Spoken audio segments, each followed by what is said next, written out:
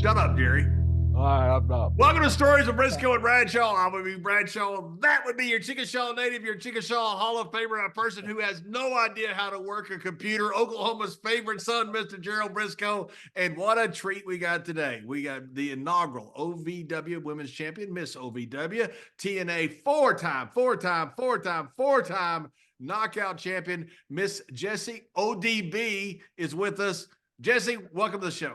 Oh boy, thank you guys. This is freaking awesome. This is badass. We are so happy you're here, and I'm so happy you witnessed what I go through every single week with Mr. Brisco. I don't know what is that? What is that? I mean, Jessica, you saw it. He was bullying me, wasn't he? Yes, I was bullying you. Yeah. I didn't see no bullies. Senior abuse. I got senior abuse. I'm glad to see you here, Brisco. Thank you. It's glad to be here, man. I've been a fan of yours for a long time, and you know the great thing about this show, we get to do a lot of research on our guests and everything. I was reading about a little bit about you at St. Cloud State University. They have one of the greatest wrestling teams. Not only do they have a great wrestling team there, but they have a great hockey team there. And you were, I believe, captain of the team one year. I was actually, I graduated high school back in '96. So I was on the very first ever women's hockey team back in '94. That's when like girls hockey just started. So then I was in high school. Is that in high school? Yep, I played in high school just for 2 years. Never knew how to skate. I actually got on the rink and I still had my skate guards on. So I fell and made a big thing, and I couldn't really skate, but I was like, I want to do this. I want to make history. So I was like, I'll be the goalie. So my dad would take me in the back, throw pucks at me, and I went to like hockey camps all summer, and then I became MVP and captain of my high school team, and then went off and played in college for about a year or two, and then I got kicked out of college. But that's another.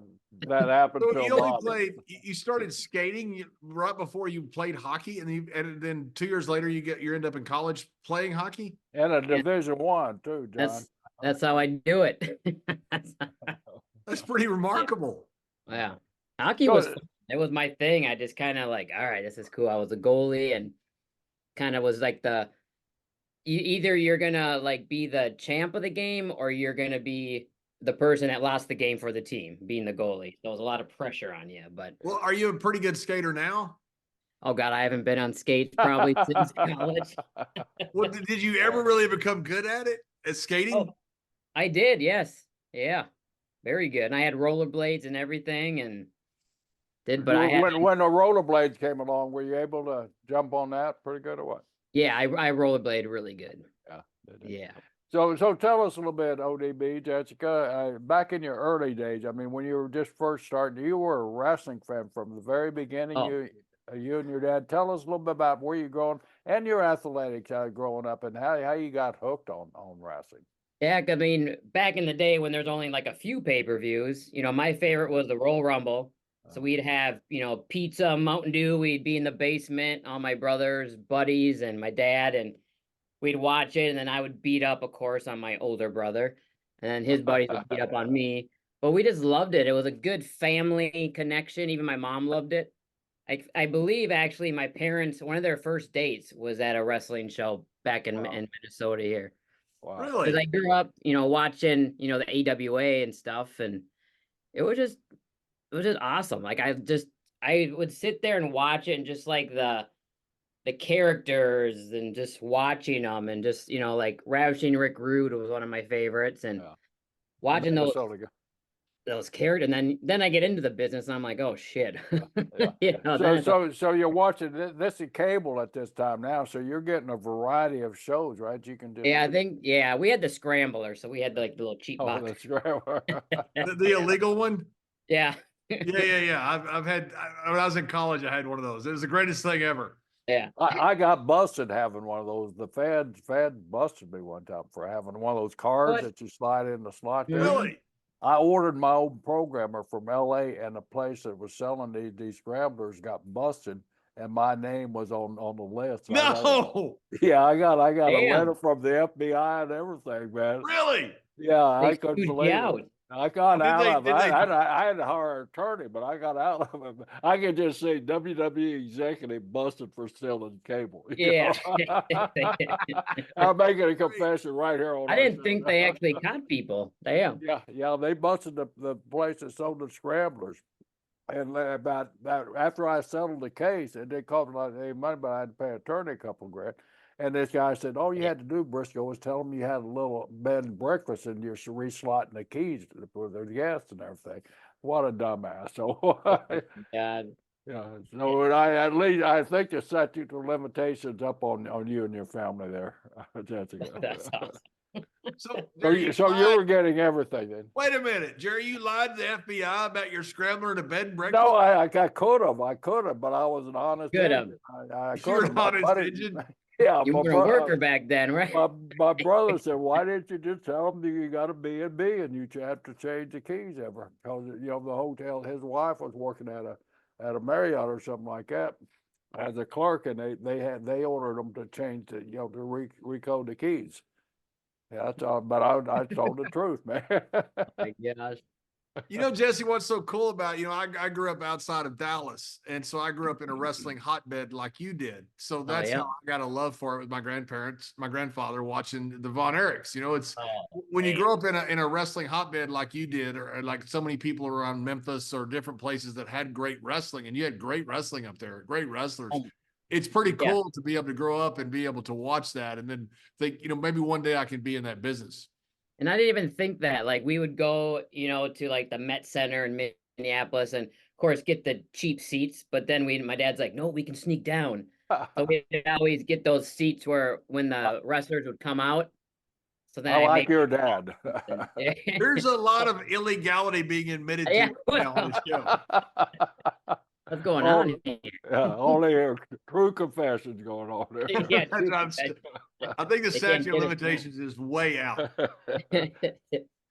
So when you were growing up, what were your favorite wrestlers? I know you mentioned Rick Rude, who obviously great Minnesota Yeah. talent, one of the national level arm wrestling champion. Oh, damn. Yeah, he and Scott Norton. Norton was a different level. Norton was world class. Oh, yeah. And I heard about Rick him. was a national level arm wrestling guy. He was legit, tough Oh, guy. damn. I didn't know that. Well, that's pretty cool. Yeah, Yeah, I guess I just love the Macho Man was one of my favorites. You got like Hillbilly Jim. I loved Honky Tonk Man and like Jake the Snake. I just loved the characters. Like it was just. What's that? Did you dress up like Macho Man and go around ooh yeah and stuff like that? No. You didn't take it to that level. No, not yet. When was it that you decided, okay, what you saw the ad for Tough Enough, or how did that come about? I did. I saw the easy way to get in. Thank God I did not get it that way. But yeah, I saw the commercials. I was probably watching Raw at the time, and it was Jim Ross and the King were saying, "Oh, you think you're tough enough? Think you can become a WWF superstar?" And I'm like, "Hell yeah!" So then we made a little video, me and my brother, and being from Minnesota, like the greats and all the legends. So I kind of used that, and I called myself ODB already. Oh, did you? I didn't really know where it was going, but I'm like, yeah. How did you come up with that? My brother called me it. He's like, okay. you need a good name. He's like, Jesse's not gonna make it. He's like, you need a good name. The crowd can chant ODB, and you can just have fun with it, and then kind of make a character. And it was from the very first time I ever stepped into a ring, I was ODB, and then I got the call from WWF, and they sent me to New York. Did the whole tryout in front of everyone. It was Al Snow was there, Taz, Miss Jackie. I think that was the people that were interviewing me. And then I don't even remember. I cut a promo, but I couldn't even tell you what I said. And then I made it to the top 25.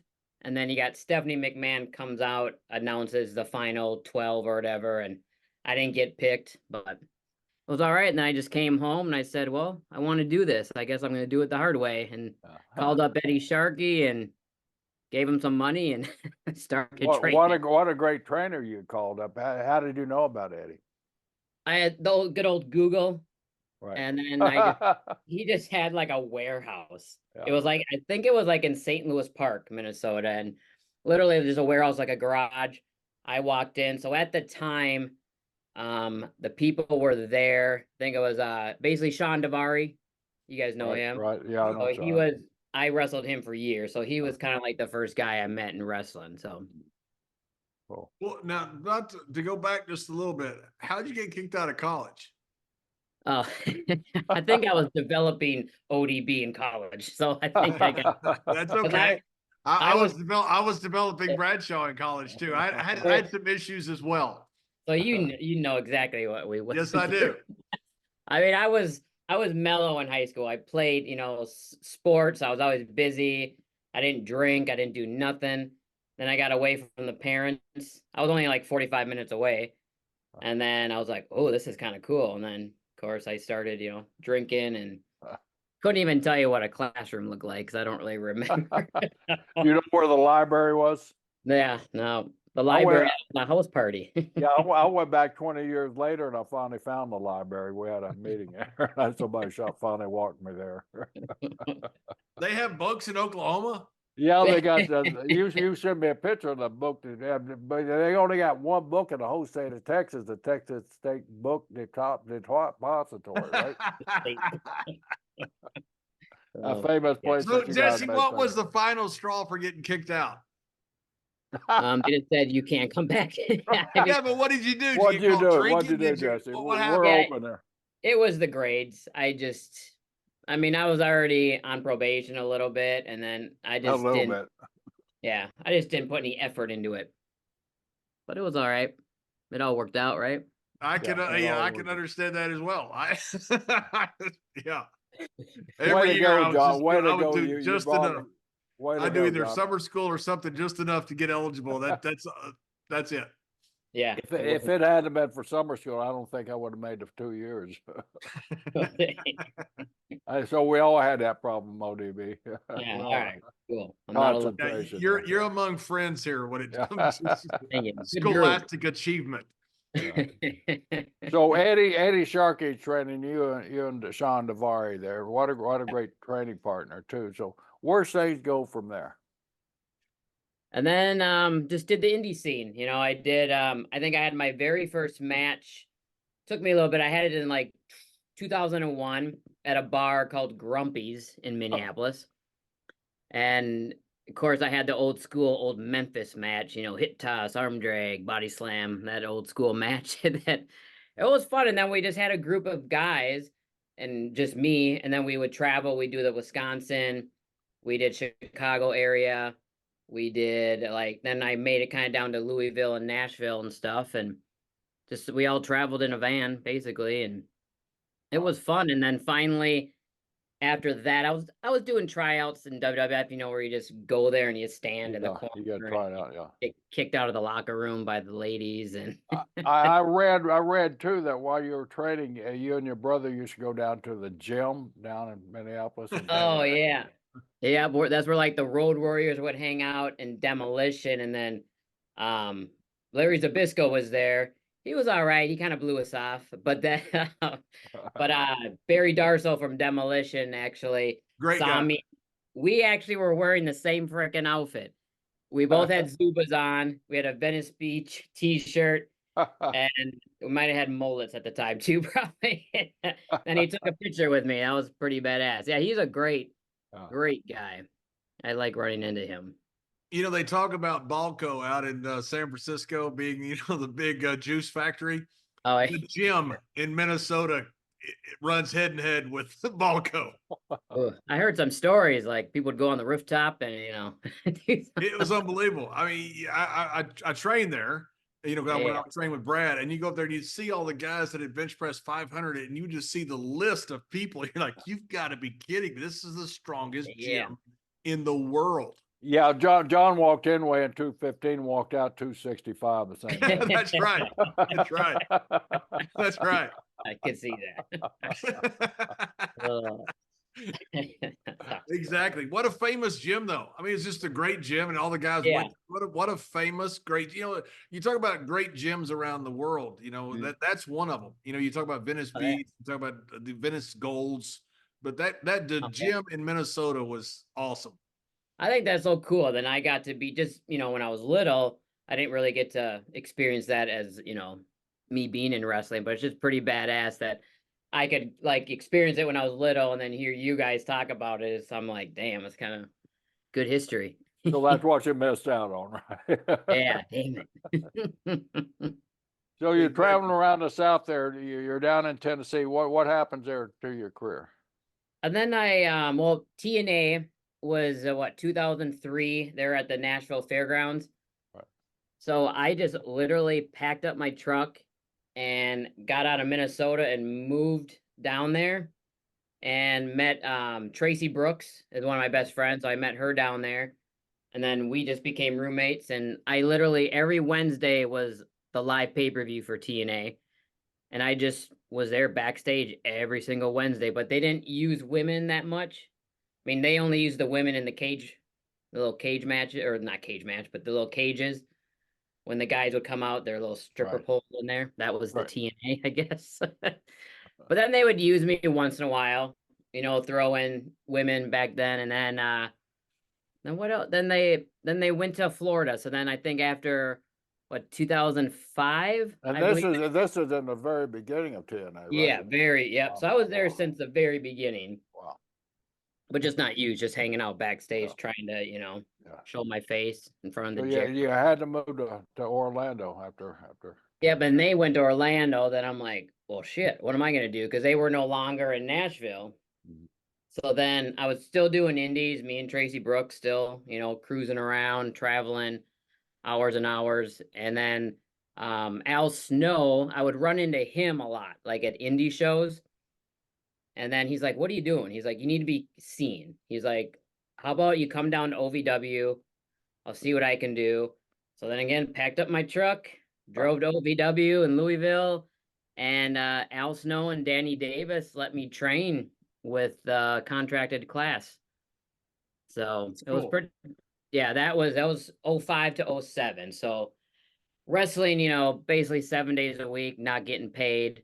And then I had to, of course, bartend on the side or still do indie shows here and there. But Were you a little worried?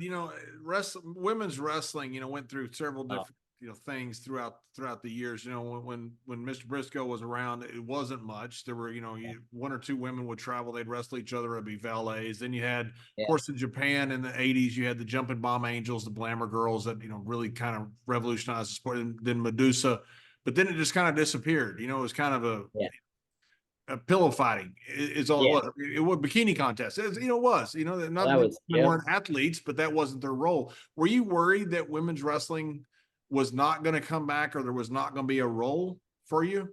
Actually, I never had that in my head. I always thought because you had the Trish, you had the Litas, and then I was just at the wrong time. So I was only like 2 years in the business when those girls were on fire. I Yeah. was like, yeah, I can't compete with them. I'm very, very green.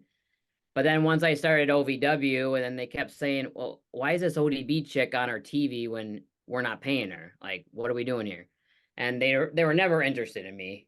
And then I don't know, I just kept pushing. I was trying to be more sexier, went to the doctor, got a little surgery, and and I just tried to what was on TV. I was like, all right, I can be sexy, but I can still wrestle. So let's try to do that. And then it did come around. Took a while, but it did come back around. Yeah. A TNA knockouts. I mean, that really, I think it started a revolution in women's wrestling. You were a major part of that. That was, yeah, because I remember in 2007, Triple H and Shawn Michaels actually came to OVW and was looking at everyone. And I was so nervous. I was like, all right, I just got to go up there and chat with the guys. And so I went up to Triple H, and that was when TNA just started, was going to make the TNA knockout division, and they wanted me to be a part of it. But then I'm like, well, I'm at OVW. What should I do? And then Triple H is like, love the character. It's great, but WWE doesn't like it. You're not right now. It just doesn't work. So I suggest you go to TNA and make a career. And I was like, thank you. I appreciate that he was honest with me. Yeah, really. Me around. So then I called Terry Taylor up and said, yep, sign me up. I mean, the contract wasn't the greatest, but I had nothing else. So I had to go. But it was work you wanted to do. Yeah, so it was great because then I got to be with all the girls that all of us were on the indie scene together. Tracy, Gail, the beautiful people, Angela Love, Velvet, Kong. I mean, all of us, took us It was a years and great years. roster. Yeah, it Yeah, was. very unique. I mean, all of us were so different, and that was the best part of it all because it was so many characters. We all had fun. No one was stealing each other's spots. We all needed each other. That was the best part. It's such an interesting time for women's wrestling. Trish and Lita main event Monday Night Raw.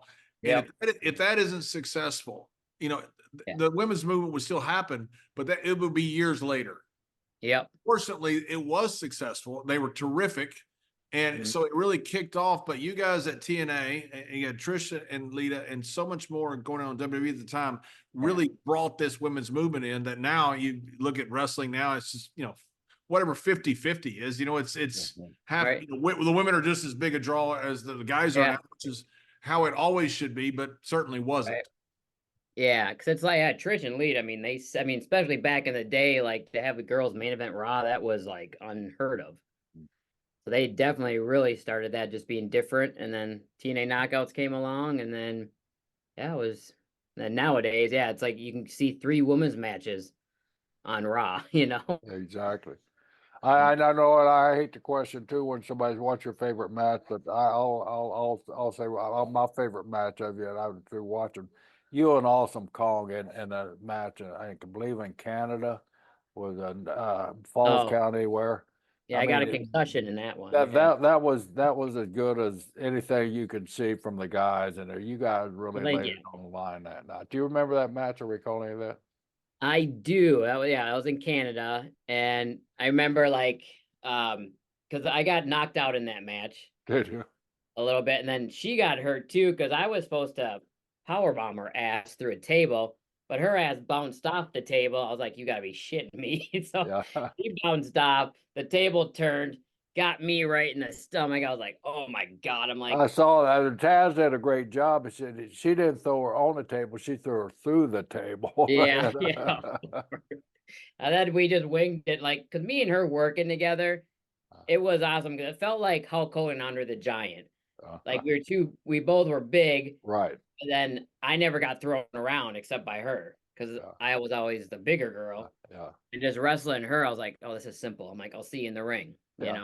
The conditioning of you two too, I gotta give you props for that because you guys went a while and you guys were constant moving in there. Right? Yeah, it was fun. Then we would. I mean, I was like when we wrestled, I always wanted to make her laugh or get out of character, but sometimes it didn't work. But it was good. Then we winged that match at the end. I was like, "Just take me in and spear me through the table." And when she speared me, you can see my head getting whacked, and then I remember coming backstage and I was in front of everyone. I just puked. Yeah, so that was a good match, though. There's nothing like getting dinged like that. And especially back in the day like that, it's not, it was not uncommon. Nobody thought anything about it. It was just, oh, there, she's fine. Got a concussion. No big deal. And that's what they were saying. Like, oh, probably drunk. And I'm like, really? Oh, what was in the flask? I did have in there. I would like to trick people. So every time, like for instance, I wrestled Jackie Moore. She was my tag team partner for a while. Right. And she's like, "What do you put in there?" I'm like, "Drink it, bitch." And then I had a Jägermeister in that one, and she doesn't like Jaeger. Ooh. Ooh. So that I can't drink that anymore. But I would have that in my flask a lot. Jaeger. Michael Hayes' favorite drink there. It'll make you moonwalk. Yeah, threw a fan on a bar. Threw a fan in Lake Charles and then wake up naked with Jimmy Garvin. That's what ends up happening with Jägermeister. See, as ODB, we're educational in this show too. That's right. You got the good stories. Yeah, Michael Hayes tells us a story about having Jägermeister and moonwalking on a bar in Lake Charles and hitting a ceiling fan and then waking up naked with Jimmy Garvin. And we're like, wait a minute, we think you've skipped over some details that might be very entertaining. Yeah, what happened between that? Oh my gosh. So how did you like TNA? I actually enjoyed it because I got to be myself, and that was awesome. I would actually write a lot of my stuff and pitch it, and basically they would give it to me. You know, like I pitched the idea of having an ODB talk show, and at first they took it and they're like, oh yeah, because Vince Russo was kind of my guy to go to, and so I pitched it, and then all of a sudden, 2 weeks later, Karen Angle at the time got a talk show, and I'm like, what the fuck? I'm like, I pitched that for me, and now she gets it. I'm like, whatever. But then it was like an angle, I guess, for me to take it. So it ended up working out. But it was great because I enjoyed it because I didn't need the title. I didn't really have to go after the title all the time. I got to interact. You know, we did the EY thing. I did the Cody Deaner thing. I got to be involved against the main event mafia. So it was cool they got to use me in different ways rather than just going after a title run. So they used my character more, which was good. And I had fun with it. I mean, And the character ODB, a lot of that came from you, though, right? The flask, all the different stuff. A lot of that. yeah. Yeah, that came from OVW. Like I would just with Al Snow being there, he's like, show us who One Dirty Bitch is, let it out, and then we'll tell you if you need to bring it back. And they just let me be me, and they're like, it's working. The whole boob thingy, you know, it's like it just works. How did I was going to have? How did the touching the body come about anyway? Was there Well, ever was there ever any TV guys say, hey, you can't do that or anything? Oh like yeah, I got slapped on the hand quite a that? bit. Did I did. at Like least speaking. that's why they always had me after 9 p.m. So I how know. did it come about then? So like it was one of my first matches in TNA, and then I wore kind of a skippy outfit where, you know, they were out a lot. And I kept like checking my boobs, and I just kept like going like this, making sure they're in. And then I think Terry Taylor said something. He's like, why you kept grabbing your boobs for some reason? And then he's like, well, keep doing it, it's working. And then Bubba, he's always like, you need to like start pounding them. That way they can be ODB and start pounding them. And I'm like, all right, I'll try that too. Cool. Did that work? It worked, yeah. And then slapping my ass and shit. Hey, Your entrance was I don't have to always bump and just do that. It worked. Yeah, yeah. Out of all the knockouts, I thought your entrance was always the most entertaining. Oh, thank you. And Bubba got that from slapping his own boobs. Yeah. Yeah, right. Making sure they're in. That's right. That's right. Bubba gets in like terrific shape, like, you know, later. You know, that he was in bad shape. Right? Bubba, you're killing your own gimmick. You're absolutely killing your own gimmick. Yeah, then he lost a lot of weight after, yeah. Yeah, you look great. Got the big arms, big shoulders. You're killing your gimmick. This doesn't work. What are you doing? Now you're a body guy. Yeah. Yeah. We don't need any more of those. So TNA, you're going along and you're smoking and things are going great. 4-time TNA champion. So what happened with TNA? I mean, what in your opinion, what do you think happened to it? Why did the TNA's, why is it not around today? All of that. Yeah. I think the money situation. I think, I mean, you look at it like, all right, who killed WCW? You're watching all that stuff, and then, you know, TNA, and you bring in all these big names. But now I get it. Once I'm done wrestling full time, then you bring people back, which you need to, because it helps everyone. But when the money's just thrown out, and then all of a sudden, you know, Spike TV's gone, the money's gone, and then all of a sudden the guaranteed contracts were gone. And then I remember my last contract was up in 2014, and they sent it to me, and it was literally a blank piece of paper. I'm like, I think there's some stuff missing on this thing. And so they weren't guaranteeing nobody, or at least me, they weren't. And I'm like, I can't do this. And they're like, well, where else are you gonna go? I'm like, I can go bartend down the street. I don't give a fuck. Like, I'll go make $300 down the street and not take a bump. I'm good. Yeah, they're like, well, you know, it's like they think I needed them. I'm like, I'm not a mark for myself. If I'm not on TV, that's fine. I'm in this. I want to make some money.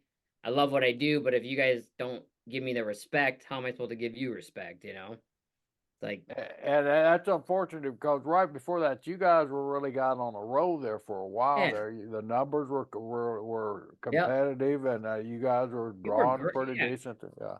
I mean, I liked it when, you know, the Monday Night Wars again came with TNA and WWE, and exactly. yeah. we were holding up, and Well, it was great. You guys just had a truckload of talent at that Yeah. time too. I mean, Now look at them all; they're all in WWE. yeah, exactly. They're either agents or they're still working, and it's great to see that. Yeah, yeah, yeah. Yeah. So after TNA, where do you go from there?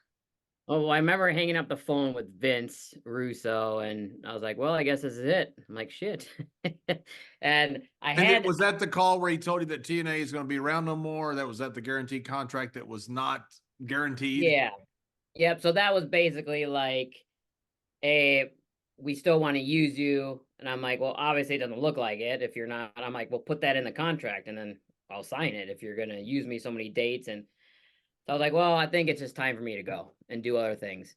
And then I hung up the phone. I kind of felt relieved a little bit because you know how to deal with contracts and stuff. You're just like, whatever. And then I was like, well, shit, what am I going to do now? And then, I mean, I was okay with money because I always bartended, even when I was full time with TNA. I bartended, and even I would, fly home that morning, bartend that night, and I was good. And then I was actually developing my own barbecue sauce at the time. I was working with Pepper Palace, contacted me and wanted to do something with barbecue sauce and hot sauce with my logo and stuff. And so I got into that, and then that kind of started the whole barbecue thing. I traveled, I had an Airstream trailer, 1978, and I traveled by myself around the country, just like the good old days in wrestling. I would go to like Sturgis Bike Rally, Daytona, Galveston. I did a bunch of hot sauce festivals, barbecue festivals, and just promoted my sauce, and then did the ODB thing, which was great. So the wrestling definitely helped the barbecue business. And then I ended up in Jimmy Hart's bar in Daytona Beach. Yep. So I get a call from Jimmy Hart, and I thought it was a joke. I was like, "Who's this? Who's playing a joke on me?" He's like, "Hey, baby, hey, baby." I'm like, "Oh my." Oh, yeah, it's Jimmy Hart. I'm like, shit. And he was opening up a bar right on Daytona Beach. And he's like, "I would love for you to come down. I know you bartend." And I'm like, "Well, I'm not the greatest bartender, but yeah, I could bartend at your place." And then so I went down there, stayed in Daytona for maybe 2 years. And then that's when I developed the food trailer that I started out in 2017. So Jimmy Hart, helped me out just by giving me that area. And then he's like, "Well, don't you want to do a food truck someday?" And then bam, I developed that. And How'd now you here I am. develop the food truck? You say you developed it. How do you develop that? So someone came up to me, and when I was doing like the barbecue festivals with my sauce, and someone's Now, like, now, "Oh, let me go back just a little bit. The oh, barbecue sauce itself, you developed all this yourself? yeah." So a place called Pepper Palace, a big manufacturer, actually contacted me about because they saw me I was on a cooking show, and they saw me and they're like, "Oh, we love your gimmick. We love to do like a barbecue sauce with you." And I'm like, "That'd be great because I'm actually into that." Blah blah blah. So we worked together and got an ODB whiskey barbecue and hot sauce. So they bottled it for me and everything, and so I took advantage of that, and then just got that out there. And then someone's like, "Well, you should do a food truck." And I'm like, "Food truck? I don't really know how to do any of this." But then I started smoking meat, and then got just a little food trailer, just, nothing big, and started doing it in Daytona Beach area. And then brought it, and then I What brought did it back. what did you convert your Airstream that you were living No, in? I didn't convert the Airstream to it. No. Okay. That would have been a cool food truck though. But then I Yeah, just got what did you buy? What did you buy a truck and build it yeah, on? just bought a little trailer, just like a little pull behind. Yeah. Like just a tiny little trailer just to get me started, and it was doing good. I mean, I had no idea what I was doing, but I winged it. And what were your barbecue? Was your Yeah, barbecue. So like brisket, pork, chicken, So, all so that. tell me the whole thing how you do this, okay? So you got a food truck now, Yeah. and this you don't barbecue in the truck. You actually just put the barbecue in the truck after you barbecued it, right? Yep, you actually had to have the smoker on the truck. So I had the smoker on the truck. So then I would smoke the meat for, anywhere from 10 to 12 hours, let it roll overnight. And then the next day, pull it all and then make your sides, the coleslaw beans, and then prepare it and sell it. But now wait a minute. To sell it, where do you sell it? So I understand like go to events and stuff, Yeah. but you have to get a permit. Do you have to Oh yeah, you have parking to get space? What do yeah, you you have to do get. this? They look at it now. So I've been doing it for this is our 8th season. So I've been doing it for quite a while now, and then we have 2 trucks now. So in order to become a good food trucker, yeah, you have to have licensing from the state, whatever state you're in, and everyone wants a piece of you. So like when you do these big festivals, people want, a percentage of your sales, then you have to get more licenses. So it's a constant. I mean, people look at it sometimes like they look at the big picture. They're like, "Oh my God, your lines are crazy." They're like, "I want one of these things." I'm like, "Well, good luck to you," because it's a lot of work, but it's fun. Like my first few years of food trucking was a shit show. Like I was just trying, learning it, because I'm like, I'm ODB, I can do this, and yeah. So You're tell me this, because I'm sorry, this fascinates me. So if you got like a Hulk Hogan bike-a-thon and right next to Daytona Beach, whatever you want to call this festival, Yeah. and you want to bring your food truck there and set it up and sell food to the people that are coming into this festival. Mhm.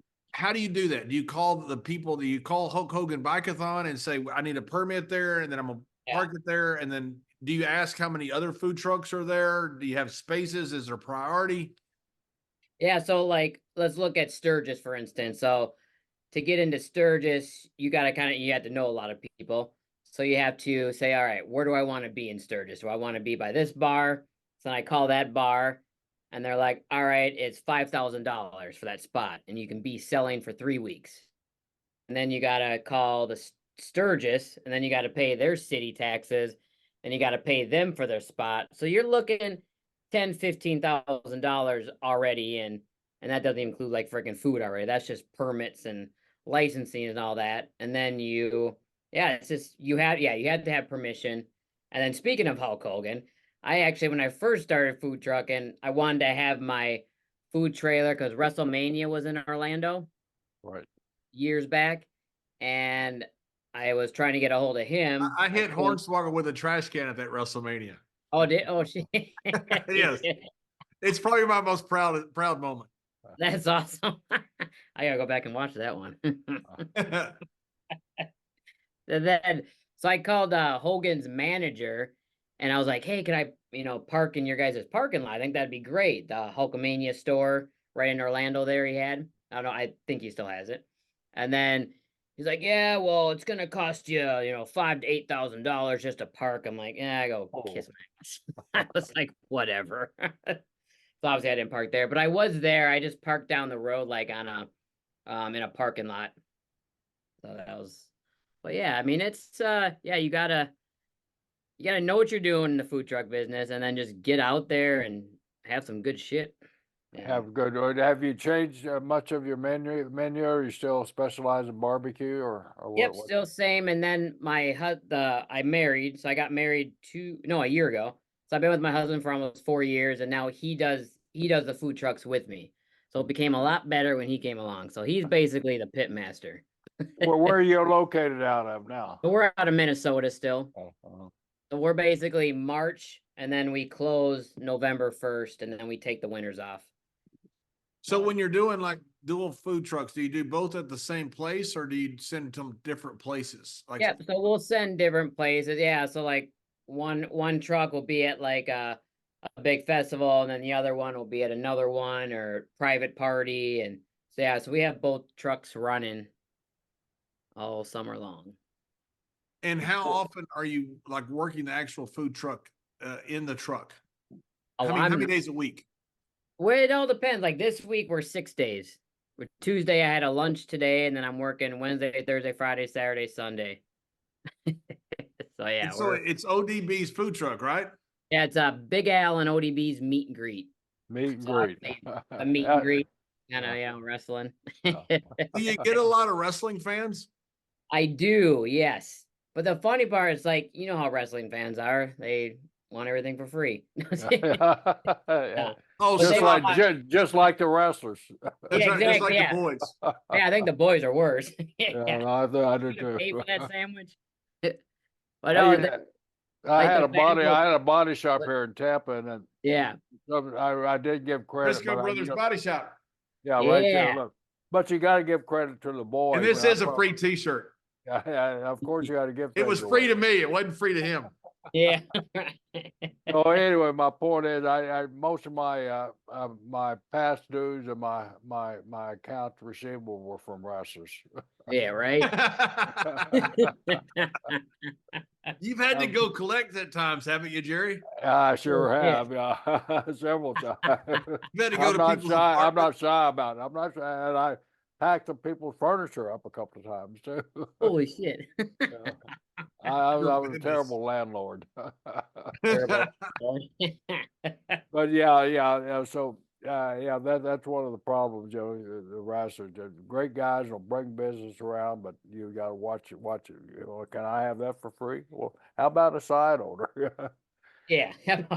So you're when you do the wrestling events, people know you, and your business pick up, or is it? Yeah, because we actually work with a local independent promotion in Minnesota. So we'll actually bring one of the food trucks to the show. So it's great. It's kind of, it's like, oh, damn. And then sometimes if they pay me, I'll do a little appearance on the show, like special guest referee or something. So Did that's you know actually, Sterling? I can't remember his last yep, name. sir. Yeah. Yep. Oh, great guy. Yeah. Actually, Yeah. I think I'll see him tomorrow. I think I'm food trucking in his town tomorrow. Oh, yeah, cool. Mhm. Yeah, Do you he do runs anything? some good events up there too occasionally. Yeah. Do you do anything at the wrestling conventions? Actually, I was just at WrestleCon at the WrestleMania one in Philly. Yeah. I will be doing. I don't bring the food truck because I know a lot of people. They're like, "Oh, bring it to Philly or bring it to North Carolina." I'm like, "Well, driving a Freightliner food truck cross country, I've done it. It's not fun." But if someone wants to book the food truck in a different state, they got to ship that bitch out. Like I'm not driving it. Is Yeah, it economical enough to ship? I had it shipped because I drove my food truck back to Florida, like by myself. And I mean, obviously I stopped a few times, but then back I had it shipped. It cost a little bit of money to ship it back, but yeah, it made it safe.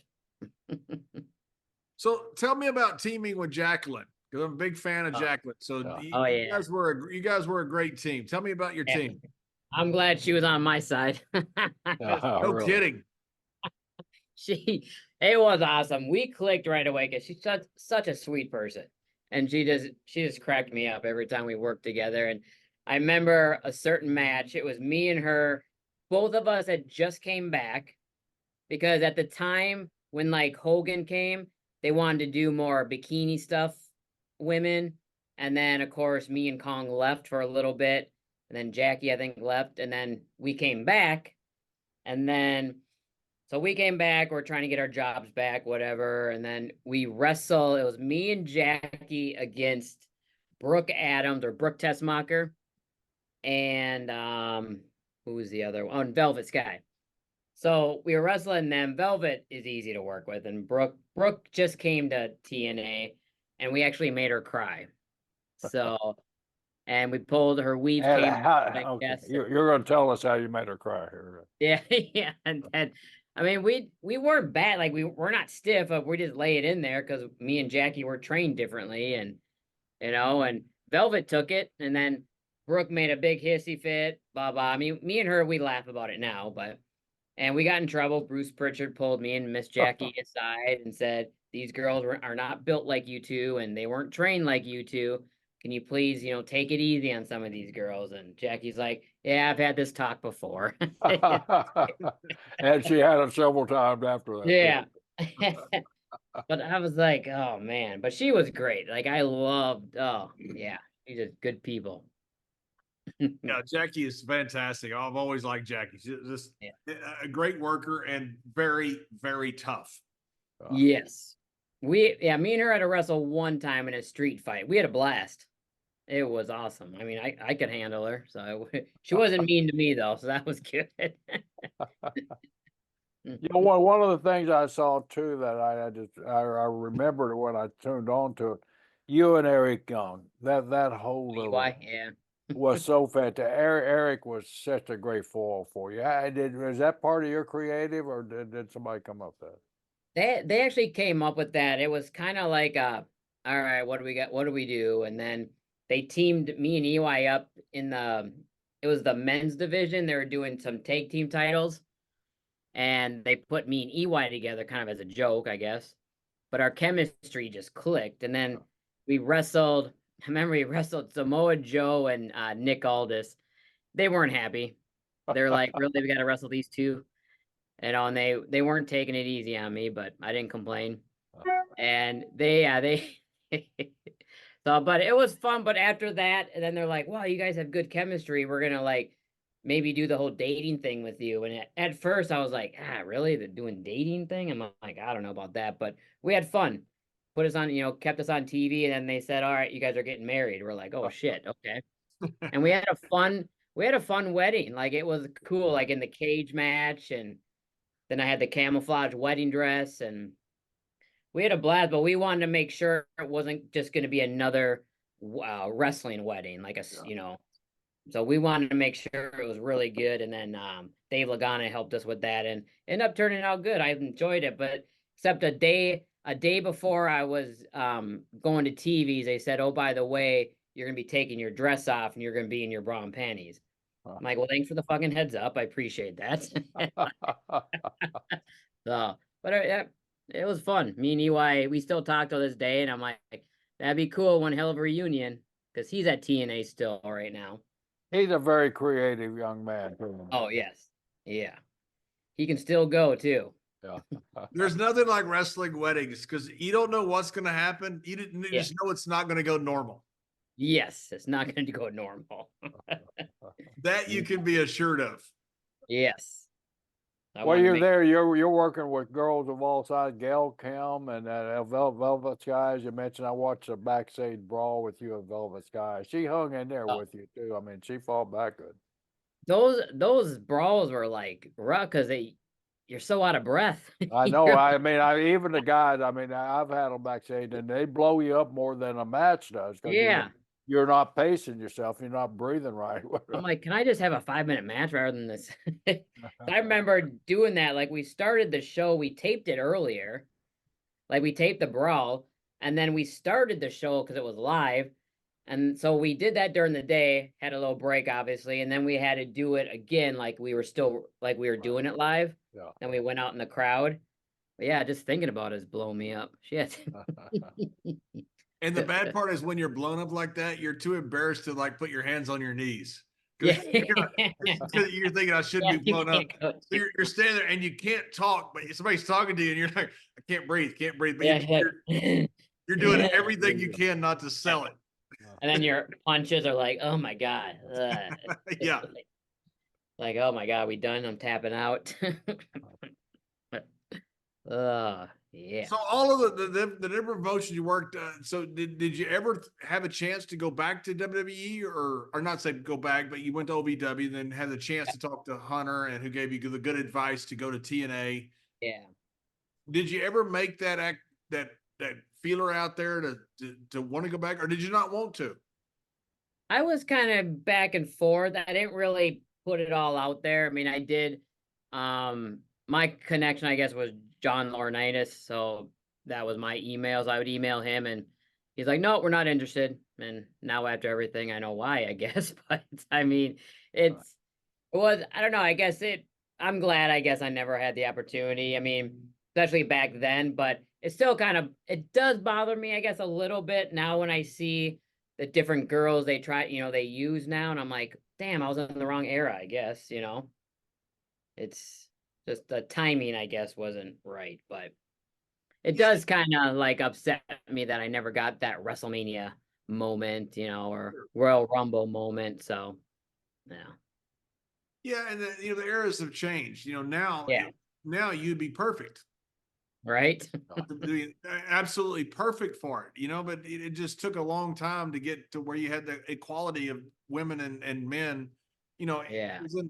not just in wrestling, but in society. It's still not equal, it's still, Yeah. there's still an inequality there that shouldn't be there, but at least it's getting a lot better.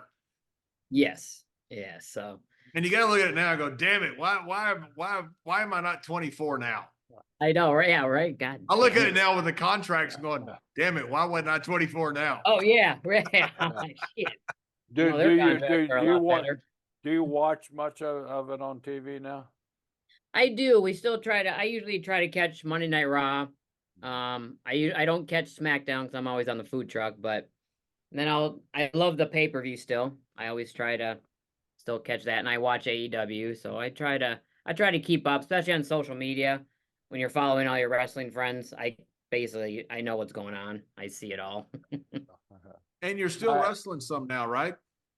I'll wrestle honest probably like twice a year. I'll do an indie show.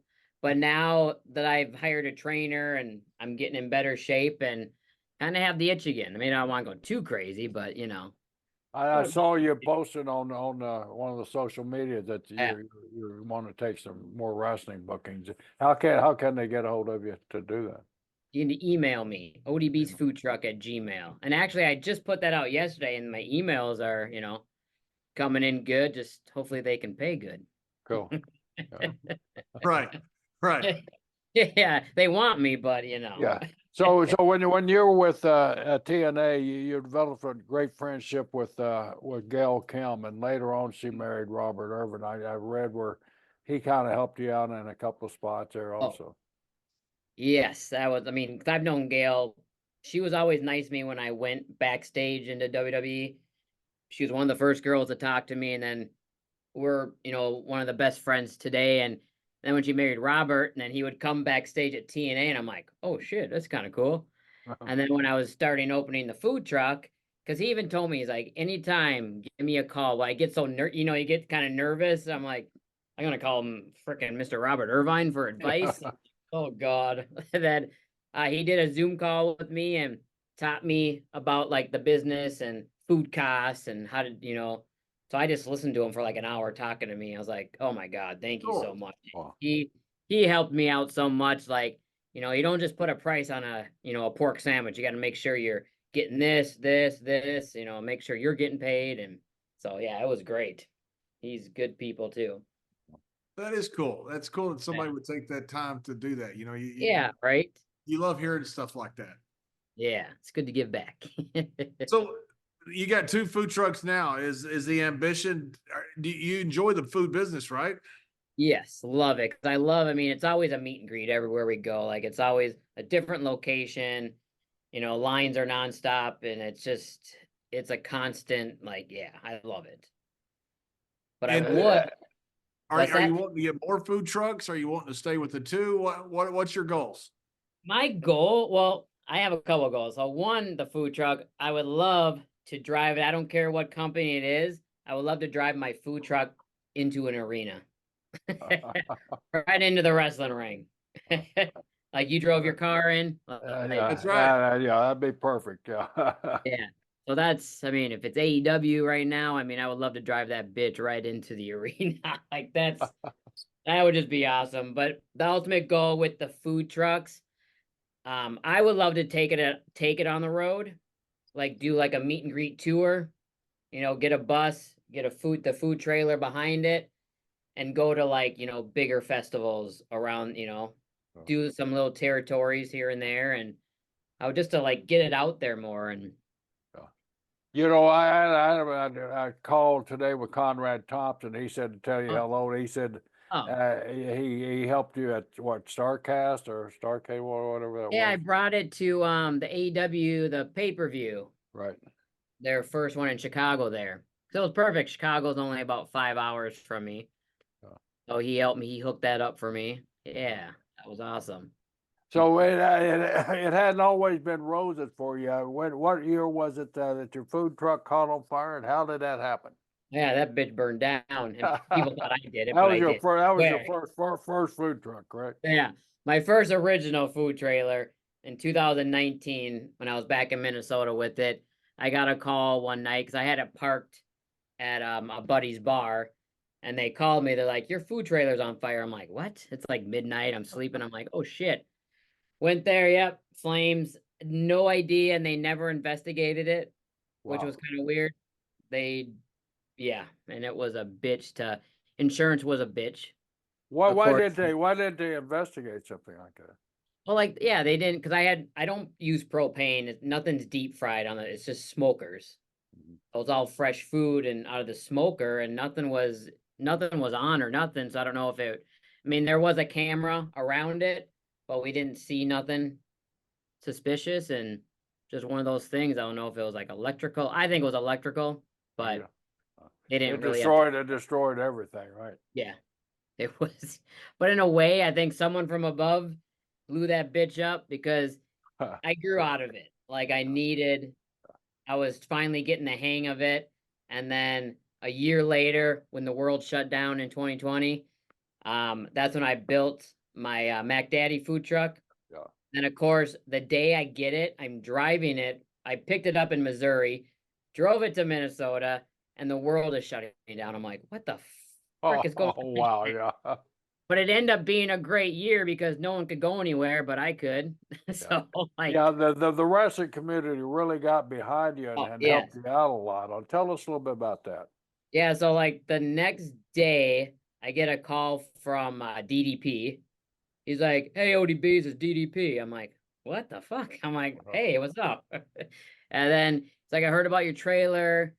I'd love to help in any way." And then he was like, "Hey, I can, we can do something. We can rally it up." And he's like, "How was it? How is insurance coming along?" I'm like, "Insurance ain't doing shit. Like That's when tough. you need them, yeah, good luck." Like it was pretty rotten. And then so he put together something where, if I donate, my wrestling stuff to people, then people would donate back. And it was great. Like he helps a lot of people out. So that was very cool with the wrestling community came. And well, yeah, then I got He's a fantastic yeah. person. We've had him on there and visited with him, and some of his stories are life-saving stories, of course. And Oh my God, the people he's changed.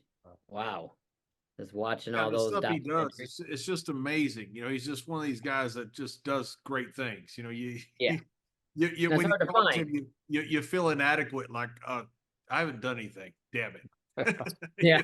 It makes you mad. Like, get away from me. I don't need a person that good around me. Yeah, I don't need to see all your Instagram posts. I'm like, whatever. That's right.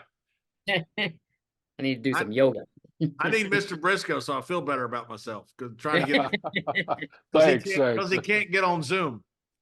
Yeah. I'm so happy that you witnessed that. I go through this ODB. I go through this every single week. Oh, like, Briscoe. No, you don't. No, you don't. I do. Yes, I do. Maybe every other week. every other week. Jesus. Yeah, I'm old. Come on, I'm old. that Give was me classic. a- That was classic. Oh gosh. Well, Jesse, I can't thank you so much for joining us. What a great story you've got, and what an incredible Thank you. story you've got with the food truck. Yeah. I think it's so interesting. I mean, all these questions I got it because I'm just so interested in this stuff. I hope you guys get to experience the food truck someday. I do too. I do too. I'm in Florida. You come down to Florida for festivals or anything? We don't. The food trucks stay in Minnesota right now. Unless What's the furthest you go? Minnesota now. Minnesota, John. I mean, Come on. I did do the Florida thing with it, but I'm not That driving. was in the parking lot. Yeah. So Yeah, I'm not driving that bitch anywhere else. But I mean, who knows? We do want to take it on the road, but I know one thing: if you guys come to SummerSlam in Minnesota 2026, SummerSlam's going to be in Minnesota, so who knows? Maybe John can get you to drive the food truck right to the arena, right to. Yeah, let's do it. Come on, John. If I come in that instead of the car, I'll never get out because I love it. You'll be in there. He likes barbecue, by the way. I love barbecue. Yeah. Oh, yeah. Jesse, he saved his cat's life, prolonged his cat's life for 2 years by feeding him barbecue. True story. True. Really? Yep. I had a little rescue cat that they told me was going to die literally any hour. And I had cancer tests, I had all this stuff done. And so I didn't want to leave it because it was, I couldn't figure out what was wrong with it. And it was just about dead. And I thought I hated it because I love this little cat. So I went and got some barbecue ribs, and I came back and I sat down because I got them to go because I wanted to get back, because, I didn't think my cat would live throughout the day. And so I get back and I set my ribs down and I go get something. And I come back, my ribs are all gone. True story. And so I thought, why would my wife get these ribs? That's not funny. And so I look around, I can't find them. And I look and there's barbecue sauce all around my cat's mouth. True story.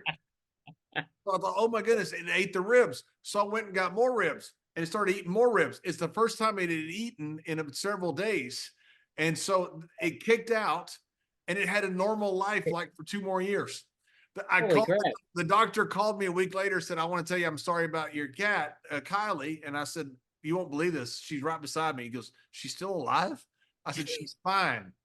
All he can figure out, because the doctor tried to figure out what happened, was that somehow the barbecue sauce kick-started its lymph system back up, is all they can figure out. This cat was gone. I mean, gone. Yeah.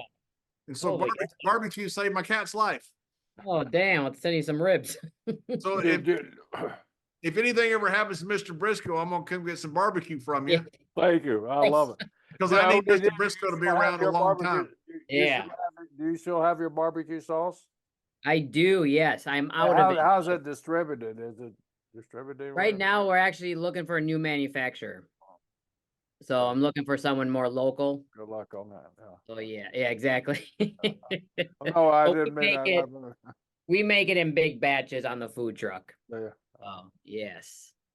Oh, and now, do you experiment with it? Do you constantly make different barbecue sauces, or do you personally? No, we stick to our original whiskey sauces, but we experience with more meat and stuff. So, but more whiskey.